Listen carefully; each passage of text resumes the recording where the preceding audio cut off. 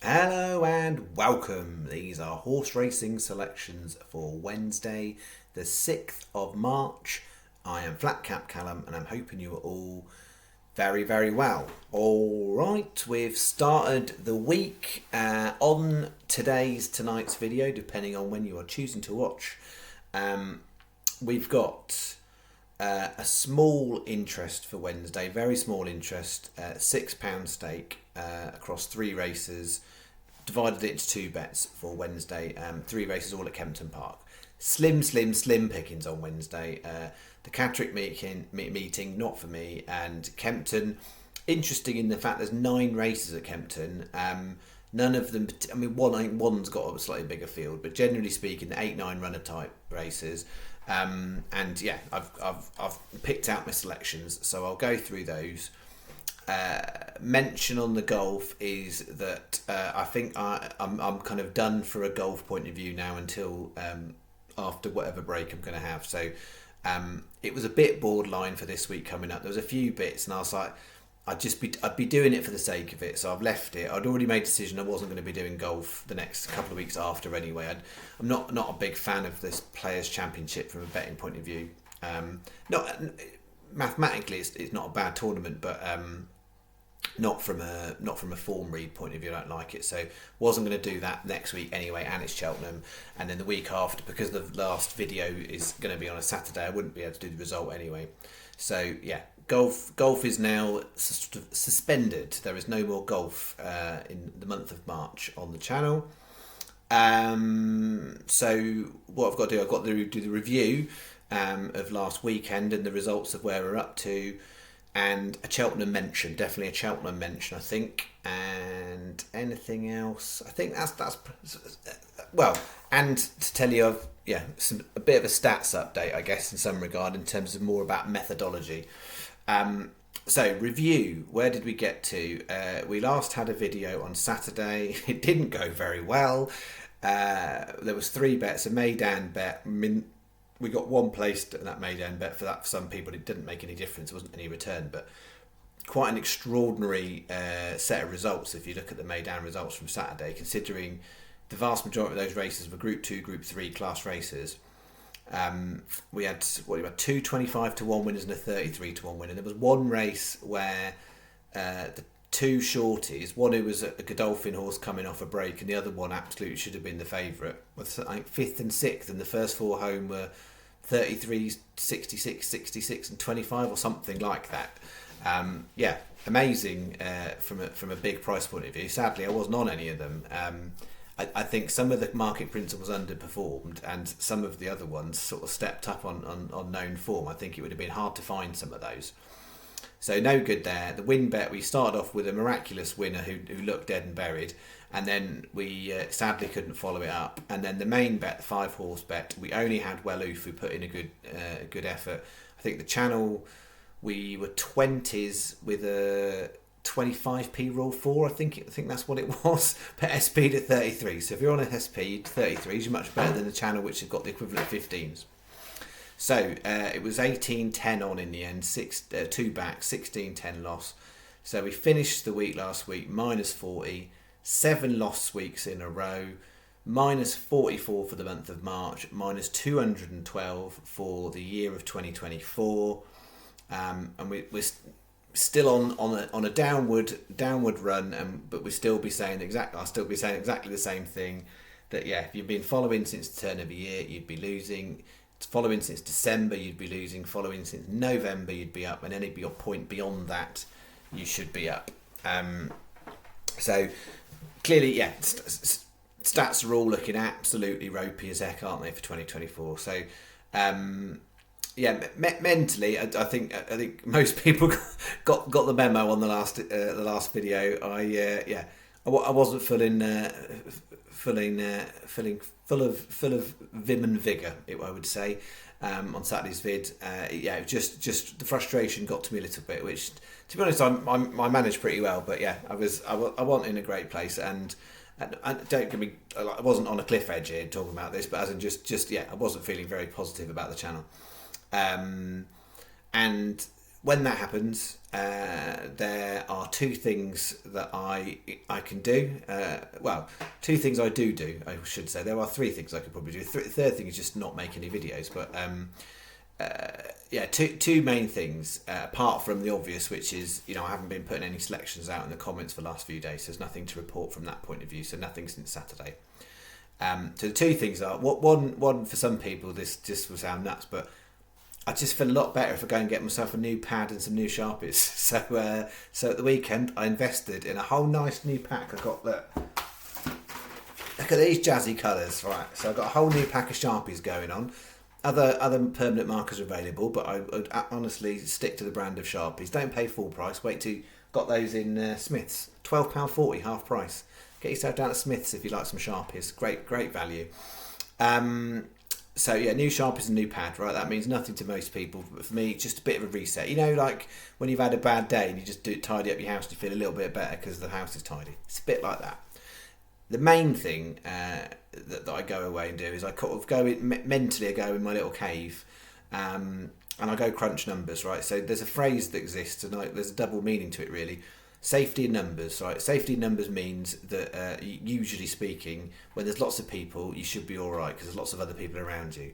For me, safety in numbers is I go and look at the data and I track and I look and I analyse, and it makes me feel better about the world. I go and look at my numbers and I feel better. So it's a bit Rain Man-y to a degree, but I mean, my poker's probably not quite as good as Rain Man. I'm not a bad poker player, to be fair, but yeah.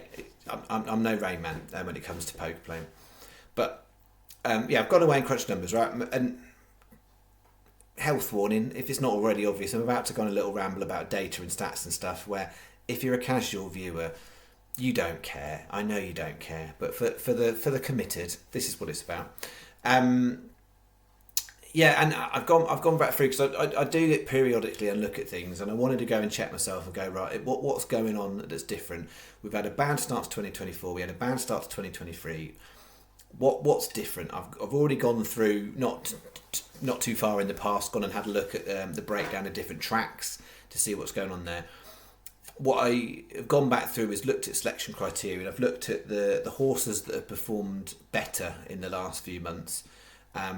To look at what are the commonalities, what are the things that they might have that others don't have, and how can I ensure that I try and get a little bit more wheat and a little bit less chaff in what I've been picking, because the chaff has been far too high, basically.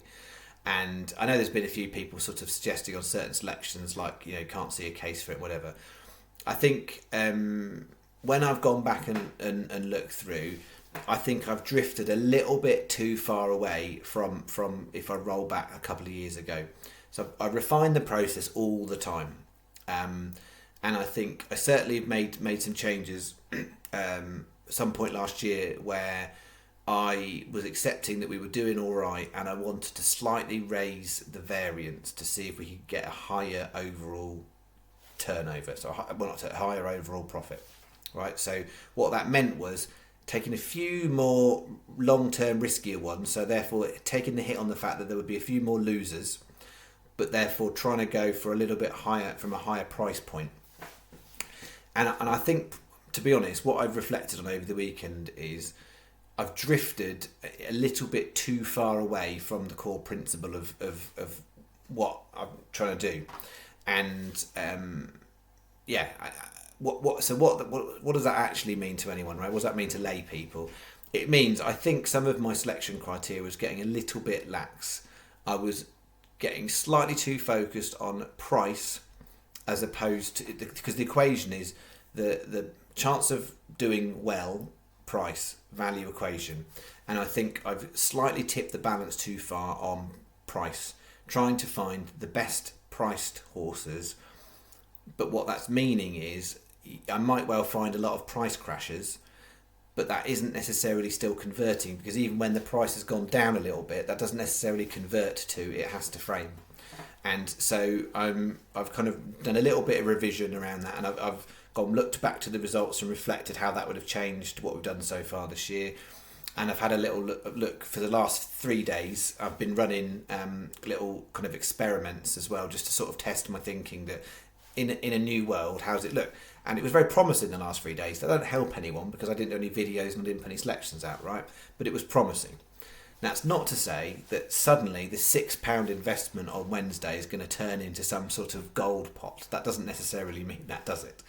But what I think you will see is slightly shorter prices in places. It doesn't mean I'm just going to stop with the big price. But yeah, I've kind of had a relook at it, and I think it's probably going to lead to a few more combination doubles because I haven't been doing as many. Possibly some slightly different bet configurations away from the norm, and yeah, that's kind of where I've got to. So I'm not sure in old money in terms of what I had been doing prior to last few days, what even it would have turned out as at all on this Wednesday, but it certainly wouldn't look like the bet I'm going to put out on Wednesday. I wouldn't have come up with this conclusion. So yeah, the aim here is to try and stem the flow of losses, to try and readdress the balance a little bit, so we're not finding as many losing days. So it might be the chances of winning big are slightly shorter than what they've been. Certainly Wednesdays, but Wednesday's not a great day, to be fair, in terms of there's not lots to choose from. But what I'm expecting is we'll try and get more winning days, even if that just gives us a bit more of a confidence booster. Not necessarily going to impact anything I was going to do for Cheltenham, I would say. Cheltenham is a completely different beast altogether. What it will do is more of a day-to-day thing. I think there'll be horses that will appear in the selection plan that I probably would have overlooked from being slightly too short. In the last few months, definitely, I think I would have overlooked. And there'll be more races where I probably will go for multiple picks. And there are probably a few chances, like bigger price ones, where I'm going to walk away from that I have been taking recently that I think is bringing down the overall averages. So, yeah, that's my long ramble. In short, I've gone and had a look at the horses that have done well and what is it about them. And actually, I found some quite helpful things. And I'm mindful. I'm not going to go into all of it, but I'm kind of what I found was if I go back to the core principles of selection process from when I started the channel, definitely look like it's shown me that the ones that are framing are the ones that are broadly falling into the core principles. And I've moved away a little bit from that, and yeah, just been putting some others in. There we go. That's my ramble, and I appreciate. I have to be. I'm careful sometimes. I want to share things, but at the same time, I don't want to share things. It sounds dumb, doesn't it? When I'm on a big loser run, there'll be people going, well, yeah, "Who cares what you want to share?" And I try and share what I can without giving away some complete nugget of goldenness that I think might exist. There we go. I'm stopping talking. That probably went on far too long, didn't it? Ultimately, this is where I've gone with for Wednesday. So, the main bet is this. It's an each way Trixie. We haven't even got a Yankee. And again, I think there's probably a little bit of me that looks and goes, was I trying to force often out a 4-horse bet where actually the selection criteria weren't there? So, this is where I've got to. 5:30 Kempton, Man on a Mission 12s. Because there's not it's easily the best horse of the day from a value point of view. I think that horse will go off much shorter than 12-1. I think that's a funny price the night before. So 5:30, Man on a Mission 12s, 7 o'clock Kempton, bow and arrows, but all one word, bow and arrows, 7-1, 8:30 Kempton, Delvey 15-2, 25p each way Trixie, 50p each way single on. The colours are awful on that, aren't they? 50p each way is on Man on a Mission. So Man on a Mission, 50p each way, and then 50p win singles. I need to go back to doing these shapes, don't I? 50p win singles on Bow and Arrows and Delvey. £4 is your bet. Sky marginally ahead because you can get 5 places on the 8:30 Kempton, but all bookies are 3 places standard terms on the other 2 races. Bet 1, £4. And then the other bet, this is what I mean by maybe it's slightly different looking bet. Combination double, but I've just done it wins. So between the 5:30 and the 7, so I've got a selection in the Trixie, and I've added in an extra one. So 5:30, Man on a Mission at 12, so Macaulay's Tavern at 5s, the 7 o'clock, Bow and Arrow 7s, and Here at the Track 5s. 4 times 50p win doubles. There's no bookie advice on that because you just want to try and get the best price, and it will get, if you're doing it in the morning, get bog. Both those races, there's a common feature in there that I'm taking on the short price favourite. One of them, I think favourites evens, the other's about 13-8, and I think those favourites are just a touch short. They're not necessarily, they're not necessarily what I mean. I'm not massive into laying horses, as in English speak, betting horses to lose. They're not horses that I think I'm absolutely going to necessarily flunk out completely. I just think from a price point of view, they're too short, and actually, therefore, that's pushing value up the market. And those are the best 2 races for me at Kempton on Wednesday night, the 5:30 and the 7 o'clock. So we're going 50p win doubles. I looked at, it's not saying I'm not going to do each way doubles going forward, but because the prices are that short and the field size is only got like 8-9 runners, it wasn't worth it. Because if I in that bet, if I did this each way doubles and I got a 5-1 shot on each leg, I only get half the stake back. If you do, the let's say Macaulay's Tavern places and those 2 place, then literally you're scraping your money back, and then you make a tiny profit if that places with a couple of them. So your actual margin on an each way, it's a bit too narrow on it. So because the field sizes aren't massive, and where the markets are, I think it was viable to do it as a win double, even though that's probably unusual for what I've been doing recently. You wouldn't normally see me do a win double on those sorts of prices. But yeah, £2 is your bet. So 50p combinations. There's 4 possible double combinations. That is bet 2. That's it. So that's the £6 bet. I have to say as well, I mean, there was a really interesting post, a comment that Chancellor put up on Saturday. Really, really thoughtful post.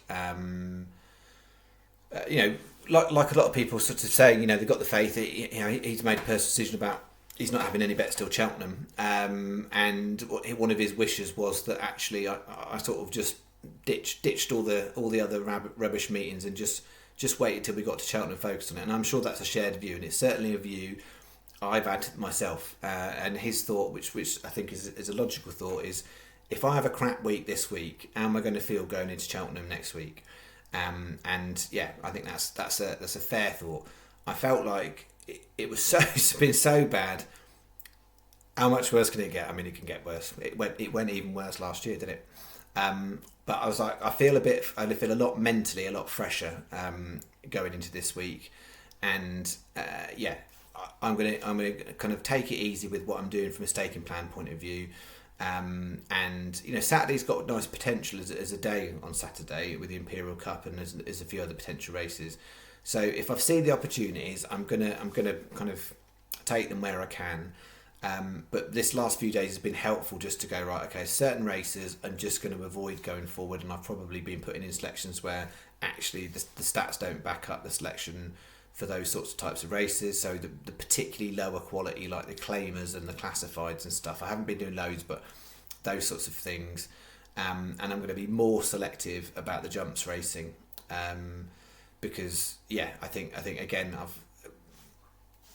I know I talked about this before about looking at doing a few more lower price at class races. That's absolutely fine, but I think I need to tighten up what I'm doing with the selection criteria with it. So yeah, we'll see how we get on, and I hope it goes well, and if it doesn't go well, it don't go well, and the plan would then be I've got kind of little mini break after Saturday to sort of just do a little bit of reset, but nothing that I've done in the last few days is going to particularly impact anything I was going to do for Cheltenham. But the plan for Cheltenham is that the first video for Cheltenham is out Monday night. I'm going to try and do all the videos the night before, so they are out ready to go. And speaking of Cheltenham, anti-post stuff. So Constitution Hill's out, Marine National's out. on my anti-post vid, there was 4 horses. Nickelback we know is already not going to run, so that left 3 horses left from my anti-post video. All now are shorter than the prices advised in that anti-post video. So the 3 remaining horses. We had another way, which nobody's mentioning in the world. I've not seen anyone mention that horse in the Supreme. That was best price 40s. You can get 33s in places now, but broadly speaking, it's 20s to 25s on another way. We had Matata in the Arkle. Marine National's out, so the best price on that was 33s. Now your best price is 22, or actually no, it was 20s. And I think Bet Victor, which I don't mention very often, I think slipped it up to 25s tonight. So that's shortened up a little bit. And then obviously the big ones in the Champion Hurdle at the time, it looked like a nuts bet, not so sleepy. 3 places, 33 to 1. That was available when I did the anti-post video. Best price now is 14 to 1 in 3 places in places. There's a lot of bookies aren't even paying 3 places. Constitution Hill's out. State Man's a massive shorty now. Lossiemouth seems still to be going to the mares, which means that it looks like Irish Point now might go from the stayers into the Champion Hurdle. Potentially, therefore, if that's the case, that will go off second favourite. And then you're looking at, and the worry for me is, are there going to now be more than 7 runners?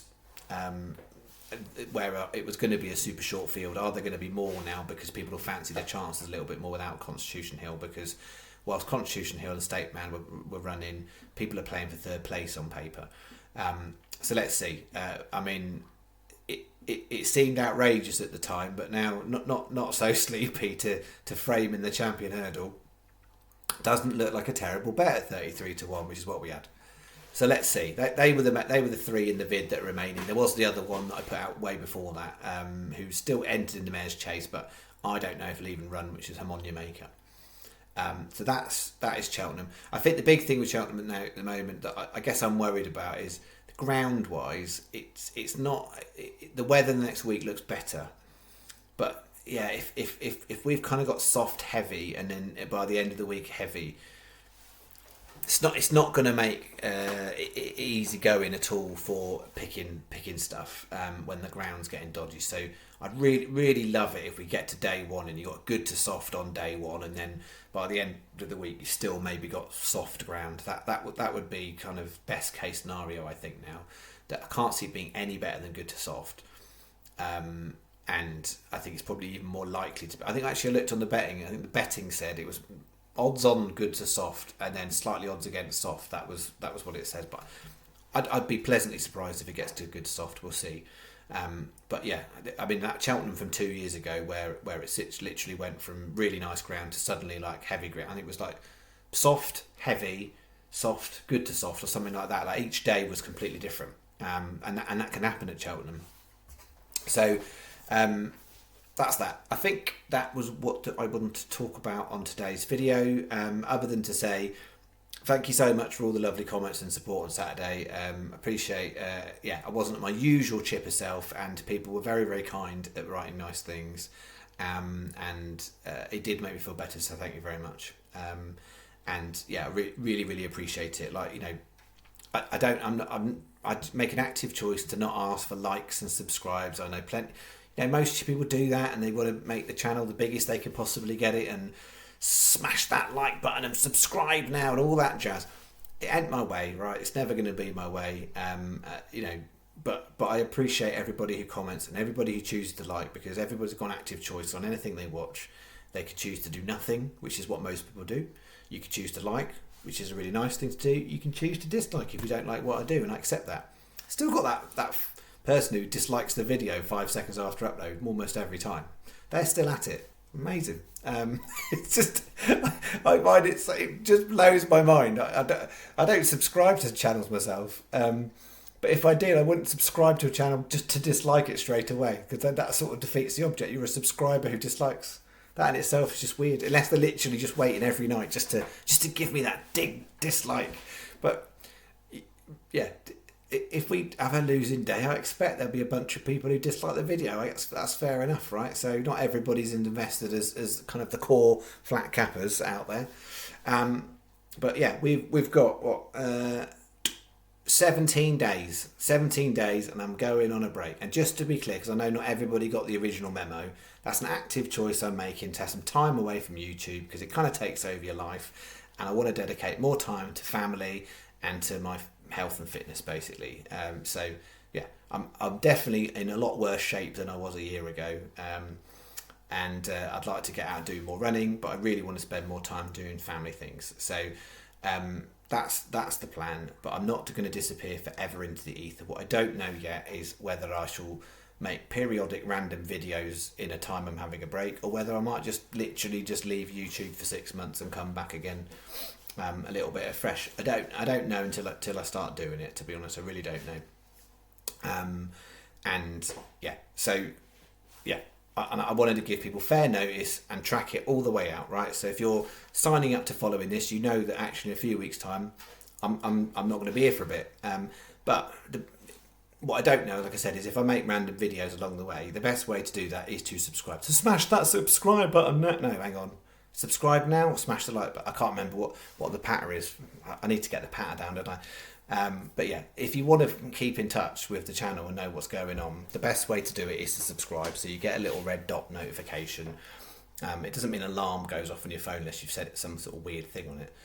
It just means that you get a notification to say there's a new video up. So it's nice and easy to do that. You don't have to give me any personal details or any money or any credit card details. You don't have to join my Telegram channel. You just press subscribe, and then you know when the next video comes up in a timely fashion.